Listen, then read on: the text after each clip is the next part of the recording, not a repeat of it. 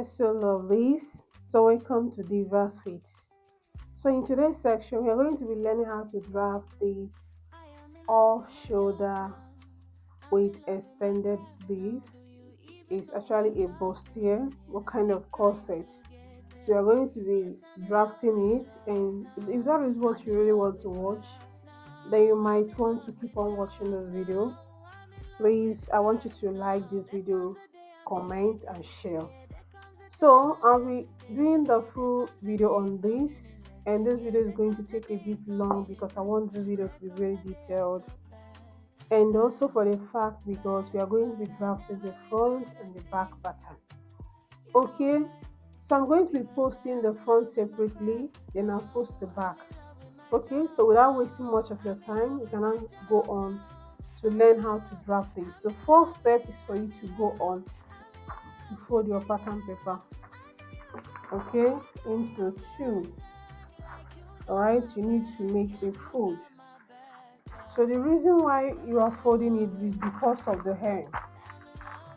You know, the hem is asymmetric, stylish, and if you want to achieve exactly what is on the hem, then you can't do that without folding it. Okay, because we need to have the full scale block to be able to achieve the hem. So first of all, I want to draw my starting line. So the starting line is also called your shoulder line. Okay, so you first of all draw your starting line, and then after that we are first of all going to place the tape on that line. So you want to mark all the vertical body measurements.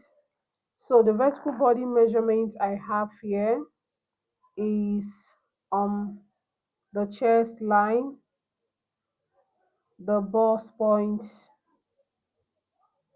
okay, or you can skip the chest line for now. All right, you can skip your chest line, but you can still go ahead and mark it. You know, this is an off shoulder, so we are going to be marking the off shoulder. That's the depth of the neck for the off shoulder. So I have my under bust, I have my natural half length. You need to make sure you're marking the bonus part of your waistline, that's the half length. So you mark the length of your blouse. Okay, so after marking the length of your blouse, you might want to mark it because the hem gets to the hip. So you might also want to mark your hip line. Okay, so you can go ahead and get your hip line because of the styling. All right, or if you don't want it to be exactly on the hip line, you can just go down to how you want to extend it. So I can use 5 inches. So you are going to move a bit and you are going to remark this measurement. So like I say, this video I cannot post it once because it's going to be really long. And when the video is too long, I cannot be able to post. It will take long time to it like to post all at once. So what I'm going to be doing is just that I'm going to be, I'm going to try to divide it so that if I'm going to post it, it will not take me so much time to post. Okay, and I don't like editing my video too much. I don't like editing a detailed video too much, so I have the chest line, and here I have the bust line.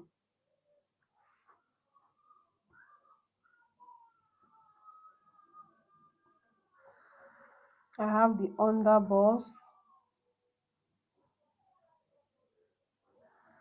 I have the waistline,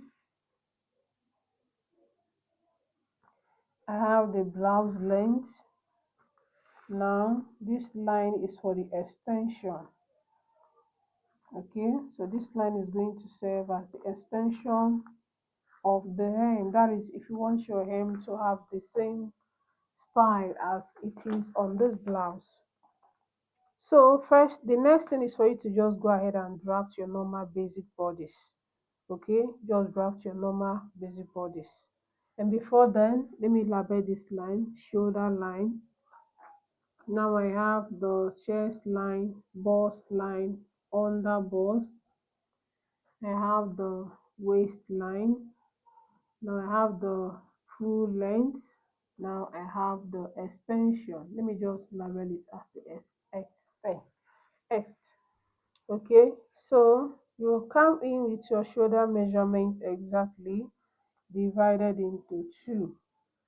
So you have to do the same thing on the chest line. Just divide your shoulder measurement into two. Then you have to connect it.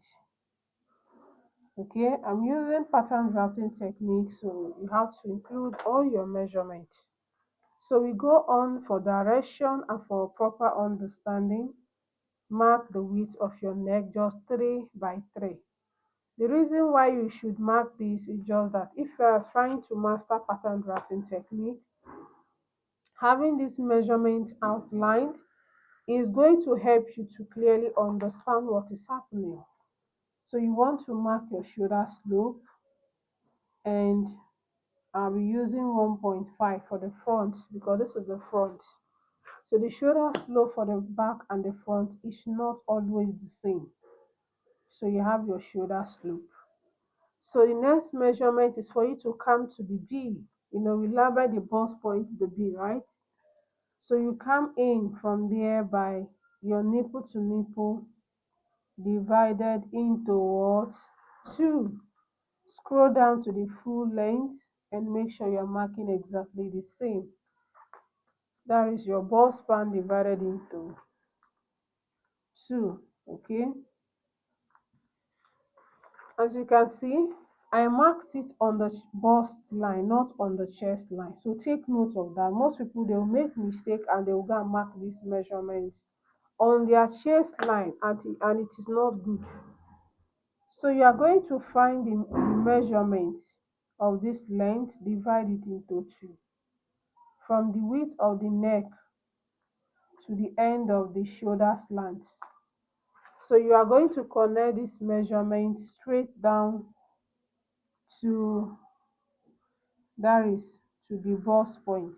Okay, so this is how to centralize measurements above this point. So now after this, we are going to take our normal waist measurement, that is normal 0.5 here, 0.5. So from the bust point, you want to drop down by 0.5, right? So this is just normal waist that, I told you guys we should just draft our normal basic body as. Okay, so I have it. So then I'm going to connect this from here all the way to this full length.